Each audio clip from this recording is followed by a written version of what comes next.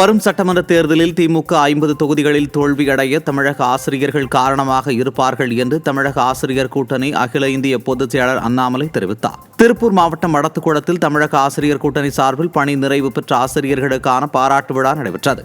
இதைத் தொடர்ந்து செய்தியாளர்களிடம் பேசிய அண்ணாமலை, வரும் சட்டமன்ற தேர்தலில் 50 தொகுதிகளில் திமுக தோல்வியடைய ஆசிரியர்கள் காரணமாக இருப்பார்கள் என்று கூறினார்.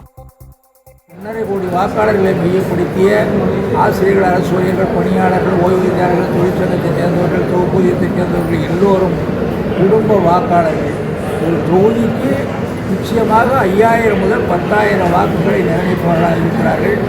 50 தொகுதிகள் பாதிப்பினை ஏற்படுத்தும் என்று 52 ஆண்டு கால அரசியல் பொதுவாழ்வு, இயக்க பொதுவாழ்வில் உள்ள அனுபவம் உள்ள முறையில் இந்த அரசுக்கு அக்கறை உணர்வோடு தெரியும்.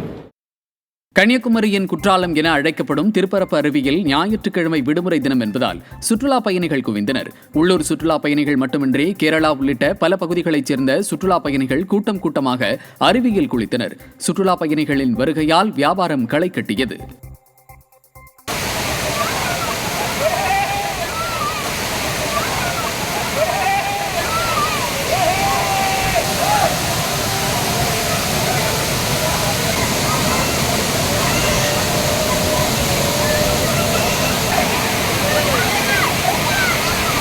கடலூர் மாவட்டம் பள்ளிப்படையில் சேதமடைந்துள்ள மின் கம்பத்தை அசம்பாவிதம் ஏற்படுவதற்கு முன்பு மாற்ற வேண்டும் என மக்கள் கோரிக்கை விடுத்துள்ளனர். மின் கம்பத்தில் உள்ள கான்கிரீட் சிமெண்ட்டுகள் பெயர்ந்து இரும்பு கம்பிகள் துருப்பிடித்து வெளியே தெரிவதால் எப்போது வேண்டுமானாலும் உடைந்து விழுமோ என்ற அச்சத்திலேயே ஊர் மக்கள் உள்ளனர்.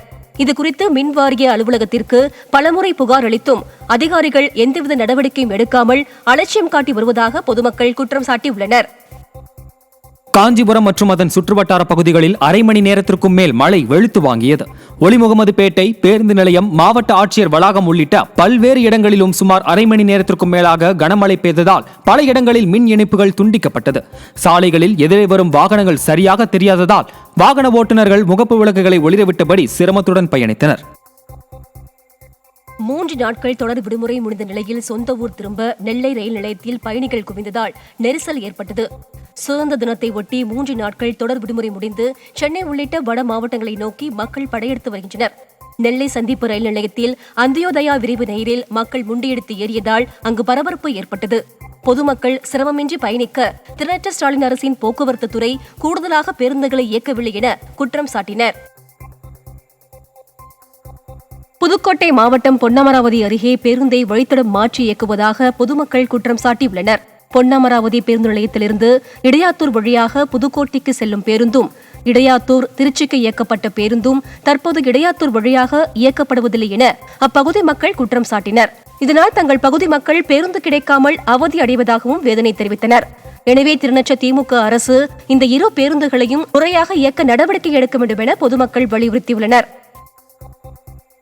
பொன்னமராவதி டு புதுக்கோட்டை போய் திருச்சி போகிற பஸ்ஸு அது எங்கள் ரூட்டில் வந்துக்கிட்டு இருந்துச்சு. இப்போ சமீபம் 1 மாதமாக சடையம்பட்டிக்கு தடம் மாற்றி விட்டு 1 மாதம் அளவில் போய்கிட்டு இருக்கு. ஆனால் அந்த எந்த விதமான பயனும் இல்லை.